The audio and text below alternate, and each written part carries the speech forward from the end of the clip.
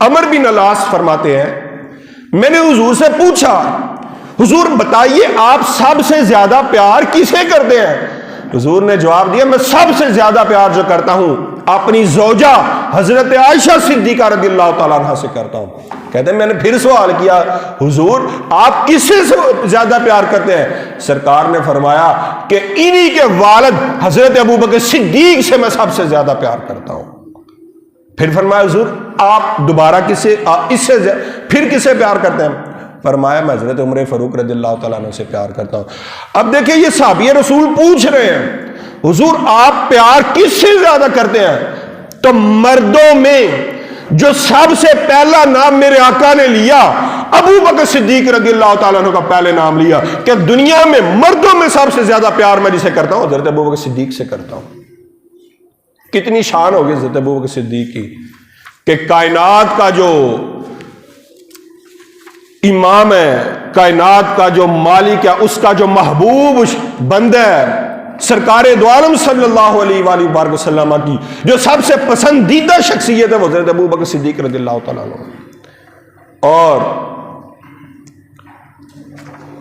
آپ کی حضور سے وفاداری چیک کیجیے، اور اس وفاداری میں ہم نے اپنے لیے بھی سبق دیکھنا ہے جو اب حدیث مبارکہ میں بیان کرنے لگا۔ بخاری شریف کی حدیث، طبرانی کی حدیث مبارکہ ہے، عروہ بن زبیر اس کو روایت کرتے ہیں کہ حضرت عبداللہ بن عمر رضی اللہ تعالیٰ عنہ سے سوال کیا۔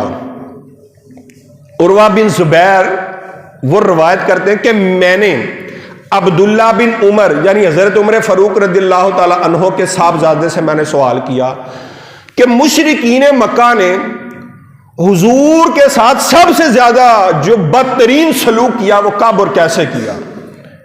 اب سنیے۔ تو عبداللہ بن عمر رضی اللہ تعالی عنہ نے جواب دیا کہ میں نے دیکھا عقبہ بن ابی معیط حضور کے پاس آیا، حضور نماز ادا کر رہے تھے، نماز کے دوران عقبہ بن ابی معیط حضور کے پاس آیا، اس نے چادر پکڑی، حضور کے گلے میں وہ چادر ڈالی، گلے کو گھونڈنا شروع کیا۔ آپ بتائیں جو 1,24,000 انبیاء کا امام ہو، جس کے لیے کائنات بنی ہو، دین اسلام کے لیے حضور نے کیسے کیسی تکلیفیں برداشت کی ہیں۔ حضور کے گلا مبارک دوبارے لگ پڑا۔ کہتے کہ حضور کو بچانے کے لیے جو سب سے پہلی شخصیت آ گئی وہ حضرت ابو بکر صدیق رضی اللہ تعالیٰ عنہ سامنے ہے۔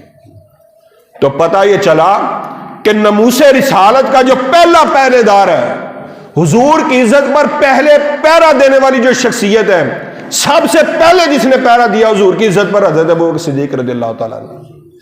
تو مشرکین میں سے کسی کی ہمت نہیں ہوتی تھی کہ وہ جو کام کر ان کو کوئی روک سکے، تو لوگوں نے وہ جو مشرکین تھے انہوں نے شور مچا دیا کہ یہ پاگل کون ہے، یہ مجنون کون ہے کہ جو ہمیں روکتا ہے، ہم حضور کو زد و کوب کریں تو یہ ہمیں روکنے والا کون ہوتا ہے؟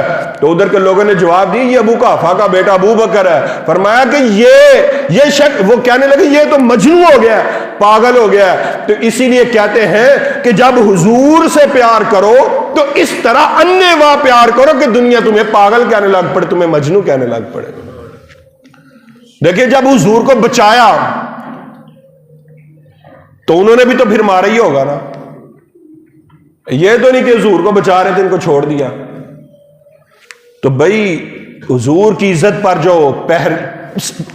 جو پہرا دینے والے سب سے پہلی شخصیت ہے ان کو حضرت ابو بکر صدیق رضی اللہ تعالیٰ عنہ کہتے ہیں۔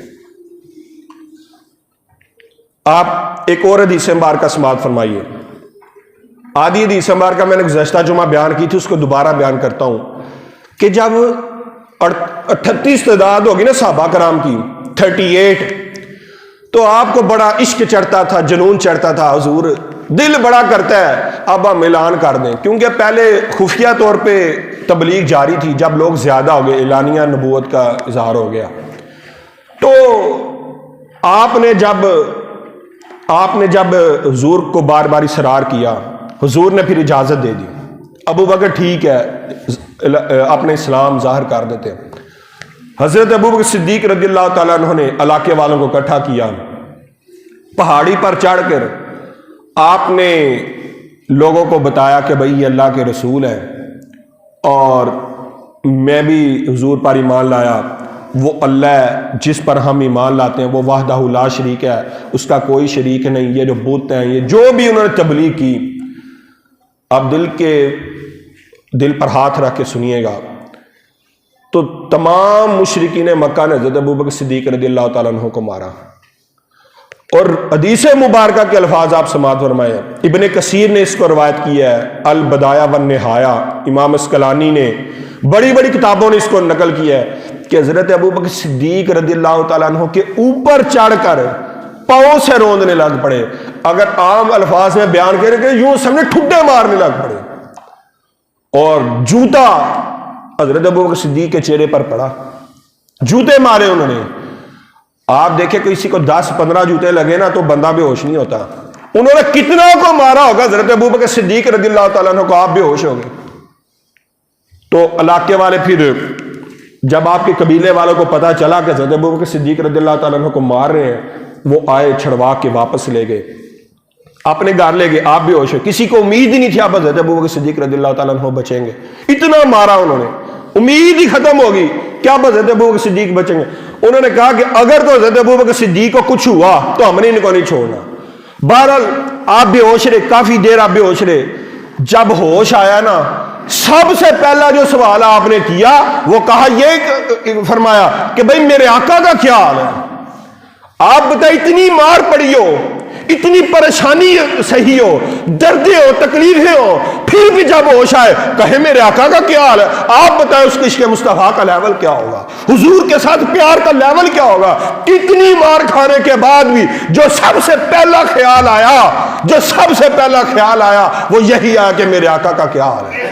فرمایا جب یہ بات ہے کہ جب بندہ دنیا سے جائے گا نا، قبر میں وہ کرتا ہوا اٹھے گا جو دنیا سے میں ایک زیادہ کام کرتا تھا۔ تو اکثر آج کل دی ماما نہیں، ارے پتر تو موبائل بڑا یوز کرنا ہے، مینوں تو لگتا ہے اٹھنا ہے تو موبائل ہی پھاڑ دے ہونا ہے، جیڑا تو اللہ کا ذکر کرنا ہے مینوں تو لگتا ہے تو اللہ کا، یعنی جو کام وہ دنیا میں کرتا ہوگا قبر میں جب اٹھے گا وہی کام کرتا ہوگا۔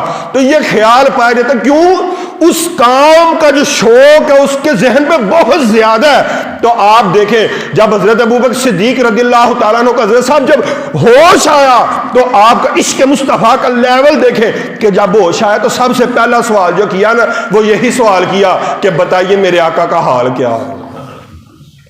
اتنا کچھ عشق مصطفیٰ میں آپ مستغرق ہوئے ہوں گے۔ تو میں اس بات کو شارٹ کر رہا ہوں، اب آپ میرے اور آپ کے لیے کیا سبق ہے؟ دین کے لیے انہوں نے اتنی قربانیاں دیں، اتنی مارے کھائیں کہ دین پھیل جائے۔ حضرت صاحب ایسے ہی دین ادھر تک نہیں پھیلا، آپ نے مارے کھائیں، میرے آقا کو لوگوں نے زد و کوب کیا، مارا، حضرت صحابہ کو مارا۔ آپ دیکھیں جب حضرت ابوبکر صدیق نے کوئی اپنے لیے مار کھائی تھی؟ آپ جب اسلام کے اندر آئے نا 40,000 دینار تھے آپ کے پاس، جب دار اسلام میں داخل ہوئے تو 1 دینار بھی آپ کے پاس ہے، صاحب حضور کے غلاموں کو خریدنے میں آپ نے لگا دیے، یعنی اچھے بڑے پیسے تھے آپ کے پاس، لیکن جب مصطفیٰ کے دامن سے لگے تو پھر قربانیاں دینی پڑی۔ اسلام ادھر ایسے ہی نہیں پھیلا، اسلام قربانیوں سے پھیلا ہے۔ آپ بتائیں اتنی قربانیاں دی گئیں، ہمارے اسلاف نے اتنی قربانیاں دی اور آج ہم کیا قربانیاں دے رہے ہیں؟ اسلام زندہ ہوتا ہے کربلا کے بعد، ہم عیاشی ڈھونڈتے ہیں۔ ایک بات یاد رکھ لیں، جس بندے کو دنیا میں پیسہ چاہیے، جس بندے کو دنیا میں سکون چاہیے، جس بندے کو دنیا اور آخرت میں عشرت چاہیے، ہر طرح کا سکون چاہیے، جیسے وہ چاہتا ہے ویسا ہو، تو اگر وہ تمام خصوصیت کا حامل بننا چاہتا ہے تو اس کا ایک ہی رستہ ہے کہ وہ در مصطفیٰ کے ساتھ آ کے لگ جائے۔ تو اقبال نے یہی تو کہا تھا نا، خود ہی کو کر بلند اتنا کہ ہر تقدیر سے پہلے خدا بندے سے پوچھے، بتا بندے تیری رضا کیا ہے، کہ محمد سے وفا تو نے، تو ہم تیرے ہیں یہ جہاں چیز کیا، یہ لوح و قلم تیرے ہیں۔ حضرت صحابہ نے تو اتنی مارے کھائی، آپ بتائیں میں اور ہمارے گھر والے یا ہمارے بھائی ہم دین کو کوئی بچہ بھی نہیں دے سکے. کتنے پرسنٹ لوگ ایسے ہیں ادھر جو بیٹھے ہیں؟ آپ کے کتنے بچے مدارس میں جاتے ہیں اور کتنے اسکولوں میں جاتے ہیں؟ 95 بچے اسکولوں میں جاتے ہوں گے، 5% مدارس میں جاتے ہوں. جاؤ، علم تو ہے ہی ہماری میراث ہے. سرکار نے فرمایا نا مدینۃ العلم وعریش بابھا، علم تو ہے ہی ہمارا. سارا کچھ حاصل کرو، اسکول کا حاصل کرو، یونیورسٹی پڑھو، سب کچھ کرو، لیکن دین کو تو نہ چھوڑو نا یار. یہ تو کوئی، آپ بتائیں حضرت عثمان غنی سے کوئی امیر آیا تھا؟ مصطفیٰ کے دامن کے ساتھ لگے، عرب کے سب سے بڑے تاجر بنے. حضرت عمر فاروق رضی اللہ تعالیٰ عنہ، آپ فرماتے ہیں کہ میں تو وہی عمر ہوں جو 10 اونٹوں کو سنبھال نہیں سکتا تھا، آج جب سے مصطفیٰ کے دامن سے لگے ہیں تو پورا علاقہ، پوری دنیا میرے حکم سے چلتی ہے. حضرت یہ دین ایسے ہی نہیں ادھر تک پھیلا، اس میں نے اور آپ نے قربانی دینی ہے. ہم نے اپنی اولادوں کو دین کا تابع دار بنانا ہے. حضرت صاحب اگر ہم یہ شان ابو بکر سن کے گھر چلے جائیں، اپنا کام دین کے مطابق کرے ہی نہ، قسم خدا کی مسجد میں آنے کا فائدہ نہیں ہوتا. سیرت سننا اور ہے، سیرت پر عمل کرنا اور ہے. اسلام زندہ ہوتا ہے کربلا کے بعد. تو دل سے بدلیں اپنے آپ کو. جب ہم دل سے بدلیں گے حضرت صاحب، پھر اسلام کے اوپر عمل ہوگا. اگر ہم صرف یہ کہتے رہے او یار او نماز پڑھیے، حج روزہ بھی ادا کر لیا، حضرت صاحب نماز پڑھی تو نے اپنے لیے تو جنت میں جائیں، روزہ رکھا اس لیے کہ تو جنت میں جائیں، تو نے ماں کے قدم اس لیے چومے تو جنت میں جائیں، باپ کا خدمت تو نے اس لیے کی کہ باپ جنت کا دروازہ ہے. ارے نماز روزہ حج زکات تو تو نے جنت کے لیے کیا، بتا اس دین متین کے لیے تو نے کیا کیا؟ صحابہ نے تو جنت کی لالچ سے بالا تر ہو کے یہ کام کیے، حضور کی تابع داری کی. آج بتائیں میں اور آپ سارے کام جنت کے لیے کرتے ہیں، دین کے لیے کسی نے کیا کرنا؟ حضرت صاحب مصطفیٰ کریم کے نقش قدم پر چلیں گے. لقد کان لکم فی رسول اللہ اسوۃ حسنہ، حضور کی زندگی ہمارے لیے اسوہ حسنہ ہے. ہم نے اسلام